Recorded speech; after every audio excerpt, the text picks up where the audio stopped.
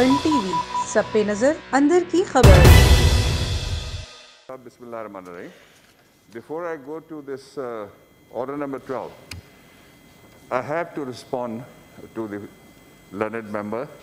Report ले करें फिर बताएं जी।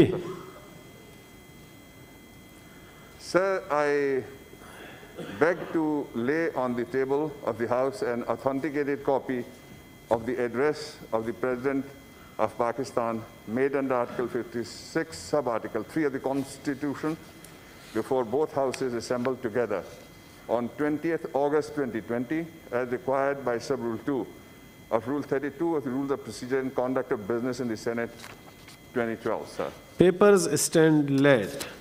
Order number 13 stands in the name of Mr. Zahiruddin Babar Awan, advisor to the Prime Minister on Parliamentary Affairs. Please move the motion. Thank you, Mr. Chairman. I beg to move the following motion. This House expresses its deep gratitude to the President of Pakistan for his address to both the Houses assembled together on 20th August 2020, sir. जी, जिस member ने फिर इस पे बात करनी है अपनी list दे दें हाउस में। जी, आप कह रहे थे कुछ बाबर आवान साहब। सर, पहला तो ये कि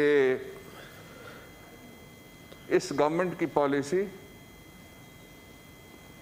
मुट्ठी में गुड़ तोड़ने वाली नहीं है।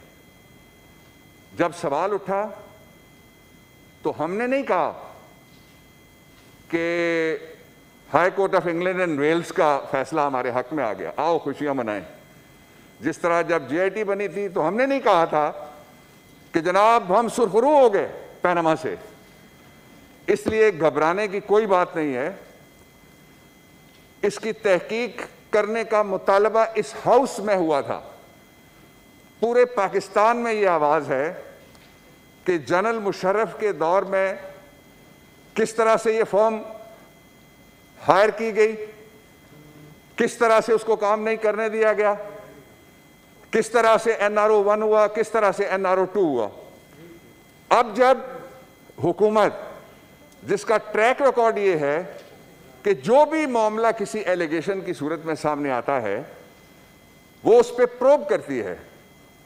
इस मुल्क में कोई सोच नहीं सकता था चीनी माफिया को कोई हाथ लगाएगा, और लिहाज भी नहीं करती, ये भी रिकॉर्ड पे आ गया है। इसलिए ये बहुत जरूरी है कि एक इन्वेस्टिगेशन हो और उस इन्वेस्टिगेशन की बुनियाद के ऊपर जो जिम्मेदारियों का तयन होता है वो जिम्मेदारियों का तयन फिर मुतल्लिका फोरम्स के पास जाए।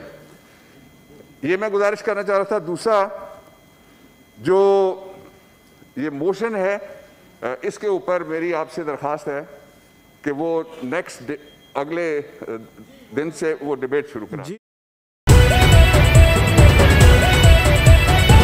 A1 TV, सब पे नजर, अंदर की खबर।